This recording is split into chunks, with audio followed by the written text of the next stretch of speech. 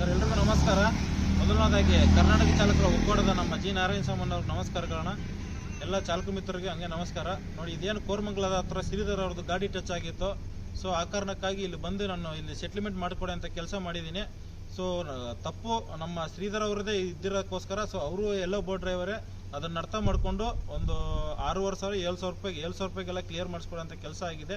So ತಪ್ಪು ಇವರೇ ಒಪ್ಕೊಂಡಿದ್ದೀನಿ, ತಪ್ಪಿದೆ ಅಂತ ಹೇಳ್ಬಿಟ್ಟು ಒಪ್ಕೊಂಡಿದ್ದಾರೆ. ಸೊ ಅದಕ್ಕೆ 7,000 ರೂಪಾಯಿ ಕ್ಲಿಯರ್ ಆಗಿದೆ ಅಂದ್ಬಿಟ್ಟು ಸೊ ಇದೇನು ವಿಡಿಯೋ ಮಾಡ್ತಾ ಇದ್ದೀನಿ ಅಂದರೆ, ನಾಳೆ ದಿವಸ ಮತ್ತೆ ಒಬ್ರಿಗೊಬ್ರಿಗೆ ತೊಂದರೆ ಆಗಬಾರ್ದು, ಮತ್ತೆ ಸ್ಟೇಷನ್ ಹತ್ರಕ್ಕೆ ಹೋಗೋದು ತೊಂದರೆ ಕೊಡೋ ಕೆಲಸಗಳು ಆಗಬಾರ್ದು. ಅದಕ್ಕೋಸ್ಕರ ಏನಪ್ಪ ನಿನ್ಗೆ ಒಪ್ಕೇನಾ? 7,000 ರೂಪಾಯಿ ಕ್ಲಿಯರ್ ಆಗಿದೆ, ಓಕೆನಾ? ನಿನಗೇನಾ?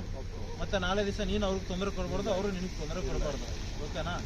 ನೀನೇನೋ ಹೇಳ್ಬೇಕಂದ್ರೆ ಹೇಳಪ್ಪ. ಏನಿಲ್ಲ, ತುಂಬ ಹೆಲ್ಪ್ ಆಯಿತು ಸರ್. ಬಂದು ಇಲ್ಲ ನೈಟಲ್ಲಿ ಇಷ್ಟೊತ್ತು 3 ಗಂಟೆ ಅಷ್ಟೊತ್ತಿಗೆ ಬಂದು ನಮ್ಗೆ ಹೆಲ್ಪ್ ಮಾಡಿದ್ರು.